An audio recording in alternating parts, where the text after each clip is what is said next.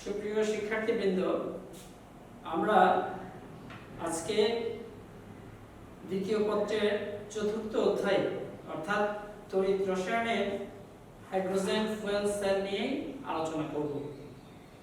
এখন যে কোনো একটা সেল যখন আমরা আলোচনা করব সেখানে আমাদের মেমোরিতে থাকতে হবে এখানে জারণ বিক্রিয়াটা কোথায় সংঘটিত হয়, বিজারণ বিক্রিয়াটা কোথায় সংঘটিত হয়, কিংবা কিভাবে পুরো প্রক্রিয়াটা ঘটছে সেটা নিয়ে আমাদের একদম স্বচ্ছ একটা ধারণা থাকতে হবে। তাহলে হাইড্রোজেন ফুয়েল সেল সম্পর্কে একটু বলি। সেটা হচ্ছে হাইড্রোজেন ফুয়েল সেল মূলত হাইড্রোজেনকে জ্বালানি হিসেবে ব্যবহার করা হয়। এখানে শুধু হাইড্রোজেন না, এখানে হাইড্রোজেন এবং অক্সিজেনকে আমাদের হাইড্রোজেনের এখানে জারণ ঘটবে আর অক্সিজেনের বিজারণ ঘটবে। তাহলে হাইড্রোজেনের জারণ এবং অক্সিজেনের বিজারণ ওটা মিলে কিন্তু আমার একটা পূর্ণাঙ্গ কোষ তৈরি হয় এবং সেখানে এই যে ইলেকট্রনের আদান প্রদানের মাধ্যমে কিন্তু সেখানে বিদ্যুৎ উৎপন্ন হয়। এখন আমরা যেটা হাইড্রোজেন ফুয়েল সেল সম্পর্কে ছোটখাটো দিয়ে একটা কথা বলি, সেটা হচ্ছে এই হাইড্রোজেন ফুয়েল সেলের তড়িৎ দক্ষতা প্রায় 98%, 98%, যেখানে অন্যান্য সাধারণ ইঞ্জিনের দক্ষতা যে জায়গায় মাত্র 40%, সে জায়গায় এই ইঞ্জিনের দক্ষতা হচ্ছে হাইড্রোজেন ফুয়েল সেলের দক্ষতা হচ্ছে 98%। এটা মহাশূন্য যানেও ব্যবহার করা হয় এবং এখানে যে ভোল্টেজ যেটা উৎপন্ন হয় সেটা হচ্ছে প্রায় ইনট সেলের মান হচ্ছে 1.23 ভোল্ট। আর এখানে পরিবেশ দূষণ, শব্দ এবং তাপীয় দূষণ ঘটে না, কারণ উৎপন্ন পদার্থ নিরপেক্ষ পানি এবং নিরপেক্ষ পানি উৎপন্ন হয় বলেই এটা কিন্তু পরিবেশ বান্ধব একটা জ্বালানি। তার মানে পরিবেশ বান্ধব ফুয়েল সেল হিসেবে হাইড্রোজেন ফুয়েল সেল আমরা ব্যবহার করতে পারি। এখন চলো দেখা যাক আমরা এখানে অ্যানোডে বিক্রিয়া কি কি ঘটবে, ক্যাথোডে বিক্রিয়া কি কি ঘটবে সেটা আমরা একটু দেখে নিই। প্রথমে আমাদের অ্যানোডে জারণ, তার মানে অ্যানোডে জারণ বিক্রিয়াটা কিভাবে ঘটবে একটু করে দেখো। তার আগে আমি ছোট্ট একটা কথা বলতে চাই, সেটা হচ্ছে তুমি দেখো হাইড্রোজেন এবং অক্সিজেন যখন আমরা বিক্রিয়া করাবো, হাইড্রোজেন প্লাস অক্সিজেন বিক্রিয়া করলে আমরা জানি পানি উৎপন্ন হয় H2O। এই ক্ষেত্রে দেখা যাচ্ছে আমি যদি বিক্রিয়াটার সমতা বিধান করি তাহলে সেই ক্ষেত্রে হাইড্রোজেনটা এখানে 2 মোল হাইড্রোজেন এবং এখানে 2 অণু পানি উৎপন্ন হবে। তার মানে এই জিনিসটা আমাদেরকে মেমোরিতে রাখতে হবে, অর্থাৎ 2 অণু হাইড্রোজেন 1 মোল অক্সিজেনের সাথে বিক্রিয়া করে কিন্তু 2 মোল পানি উৎপন্ন করে।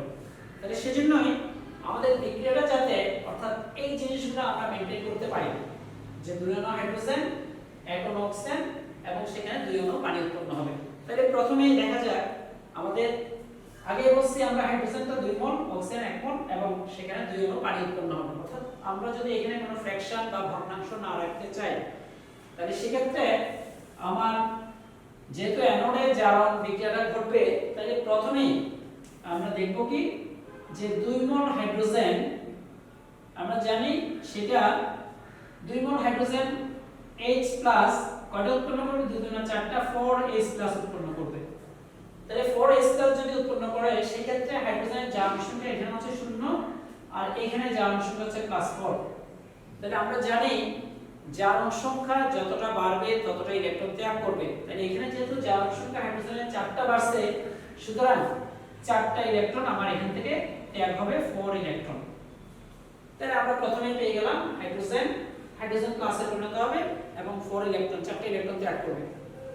এখন যে 4টা হাইড্রোজেন আয়ন এখানে তৈরি হয় সেই 4টা হাইড্রোজেন আয়ন 4টা OH মাইনাসের সাথে যুক্ত হয়ে আমার এখানে 4H2O তৈরি করবে। 4টা হাইড্রোজেন আয়ন 4টা হাইড্রোক্সিল আয়নের সাথে বিক্রিয়া করে, এখন তুমি এতে বলতে পারো হাইড্রোক্সিল আয়নটা কোথা থেকে পেলাম আমি?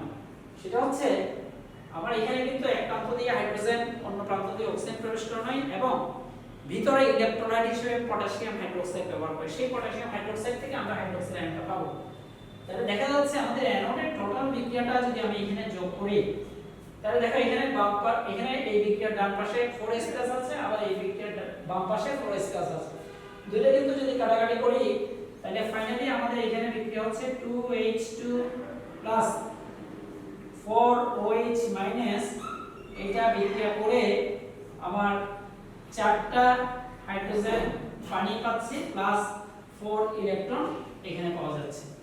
তার মানে খেয়াল করো এখানে দুইটা হাইড্রোজেন যেহেতু 4টা হাইড্রোজেন আয়ন হয়েছে সেখানে কিন্তু 4টা ইলেকট্রন ত্যাগ করছে, অন্যটাতে কিন্তু কোনো ইলেকট্রন ত্যাগ হয় নাই। তার মানে স্বাভাবিকভাবে আমাদের অ্যানোডে যে জারণ বিক্রিয়া সেখানে কোথায় জারণ ঘটছে সেটা কিন্তু আমরা অবশ্যই বলতে পারি।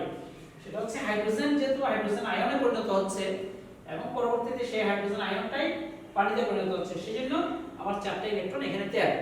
আমার অ্যানোডে জারণ বিক্রিয়াটা কমপ্লিট এবং এই অ্যানোডে জারণ বিক্রিয়া যেটা কমপ্লিট হলো সেটা ইনট সেলের মান হচ্ছে প্লাস ইনট ইকুয়ালস প্লাস 0.83 ভোল্ট। আবার এটা দেখো প্লাস 0.83 ভোল্ট, আমি একটু করে এখানে লিখি সমস্যা নেই, প্লাস 0.883 ভোল্ট এটার ইলেকট্রোমোটিভ ফোর্সের মান। এবার আমরা চলে যাব ক্যাথোডে কি বিক্রিয়া ঘটবে। আমরা জানি ক্যাথোডে বিজারণ বিক্রিয়া ঘটবে এবং এই ক্যাথোডে বিজারণ বিক্রিয়া যেটা ঘটবে, কারণ আমরা হাইড্রোজেনের বিক্রিয়া অলরেডি লিখে ফেলেছি, এবার কিন্তু আমাদের অক্সিজেনের সাথে বিক্রিয়া হবে এবং অক্সিজেন কিন্তু 1 মোল O2 প্লাস এখানে 2H2O দুই অণু পানির সাথে যখন এটা বিক্রিয়া করবে, দেখো একটা জিনিস ভালো করে খেয়াল করে দেখো, আমার এখানে অক্সিজেনের জারণ সংখ্যা হচ্ছে 0, কিন্তু আমার এখানে দুই অণু পানির মধ্যে হাইড্রোজেনের জারণ সংখ্যা, দুইটা হাইড্রোজেনের জারণ সংখ্যা +4 এবং এখানে অক্সিজেনের জারণ সংখ্যা কিন্তু -4 আছে। তার মানে এইখানে জারণ সংখ্যার কোনো পরিবর্তন হবে না, অর্থাৎ আমার এটা বিক্রিয়া করে 4টা OH মাইনাস উৎপন্ন করবে। একটু ভালো করে খেয়াল করে দেখো, আমার 4OH মাইনাস যেটা উৎপন্ন হচ্ছে সেখানে কিন্তু দুইটা পানির যে অংশ আছে সেখানে দুইটা অক্সিজেনের ঠিক আছে, আবার 4টা হাইড্রোজেনের কিন্তু জারণ সংখ্যা এখানে যা আছে তাই আছে, শুধুমাত্র চেঞ্জটা কোথায় হচ্ছে সেটা দেখো। আমি যদি এই 4OH কে আমি 2OH মাইনাস এবং 2OH মাইনাস হিসেবে ধরি, তাহলে সেখানে এই দুইটা OH যে আছে সেখানে অক্সিজেনের আসলে জারণ কিংবা বিজারণ হচ্ছে। তার মানে কি হচ্ছে দেখো, অর্থাৎ এখানে দুটো অক্সিজেনের জারণ সংখ্যা হচ্ছে 0, কিন্তু এখানে একটা অক্সিজেনের জারণ সংখ্যা যদি -2 হয় তাহলে দুটো অক্সিজেনের জারণ সংখ্যা হচ্ছে -4, তাহলে 0 থেকে যদি -4 হয় তার মানে সেটাতে হচ্ছে বিজারণ, এবং বিজারণ হলে আমরা যতটা জারণ সংখ্যা কমবে ঠিক ততটা ইলেকট্রন আমি এখানে যোগ করব, তাহলে +4 ইলেকট্রন। তাহলে দেখো ইতিমধ্যে আমাদের অ্যানোডে জারণ হয়েছে এবং 4টা ইলেকট্রন ত্যাগ করছে, আবার ক্যাথোডে যে বিজারণটা হচ্ছে সেখানে কিন্তু 4টা ইলেকট্রন গ্রহণ করছে। এখানে তোমাকে বারবারই বলি সেটা হচ্ছে 4OH মাইনাস 4 হাইড্রোক্সিল যেটা হচ্ছে সেখানে দুইটা হাইড্রোক্সিল নিয়ে কোনো কথা নাই, কারণ দুইটা হাইড্রোক্সিল এই যে এখান থেকে আসছে, আবার এখানে যে দুইটা হাইড্রোক্সিল আছে সেখানেও হাইড্রোজেনের কোনো পরিবর্তন হচ্ছে না, শুধুমাত্র অক্সিজেনটা জারণ সংখ্যা 0 থেকে -4 হচ্ছে, সেজন্য আমরা এখানে 4টা ইলেকট্রন যোগ করলাম।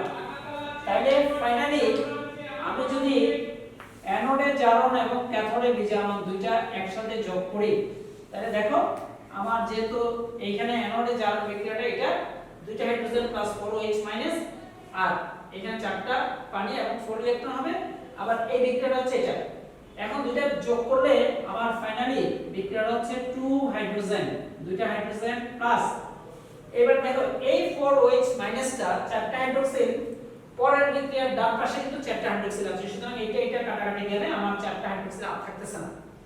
এবার দেখো আমার পরের বিক্রিয়ায় প্লাস অক্সিজেন, আমি অক্সিজেনটা লিখে দিলাম অক্সিজেনটা। এবার আরেকটা জিনিস খেয়াল করবা, আমার এই পাশে অ্যানোডে জারণে 4 অণু পানি উৎপন্ন হয়েছে আর ক্যাথোডে বিজারণের সময় কিন্তু আমি 2 অণু পানি বিক্রিয়া করছি, সুতরাং আমি যদি সমীকরণের বাম পাশ ডান পাশ মানে বাদ দেই, তাহলে 4 অণু পানি থেকে যদি আমি 2 অণু বাদ দেই তাহলে ডান পাশে আমার 2 অণু পানি থাকবে, এবং এখানে দেখো বাম পাশে 4টা ইলেকট্রন, ওই পাশে ডান পাশে 4টা ইলেকট্রন, সুতরাং ওই 4টা ইলেকট্রন কিন্তু কাটাকাটি গেলে আমাদের 4টা ইলেকট্রন থাকতেছে না, আর 4 অণু পানি থেকে 2 অণু পানি চলে গেলে তাহলে আরো 2 অণু পানি উৎপন্ন হবে, অর্থাৎ এটাই হবে আমাদের টোটাল বিক্রিয়াটা। এর মধ্যে আমি আরেকটা জিনিস বলি, সেটা হচ্ছে আমাদের ক্যাথোডে বিজারণ যে বিক্রিয়াটা আছে সেই বিজারণ বিক্রিয়াতে মান হচ্ছে ই নট সেলের মান ই নট ইকুয়ালস প্লাস 0.40 ভোল্ট।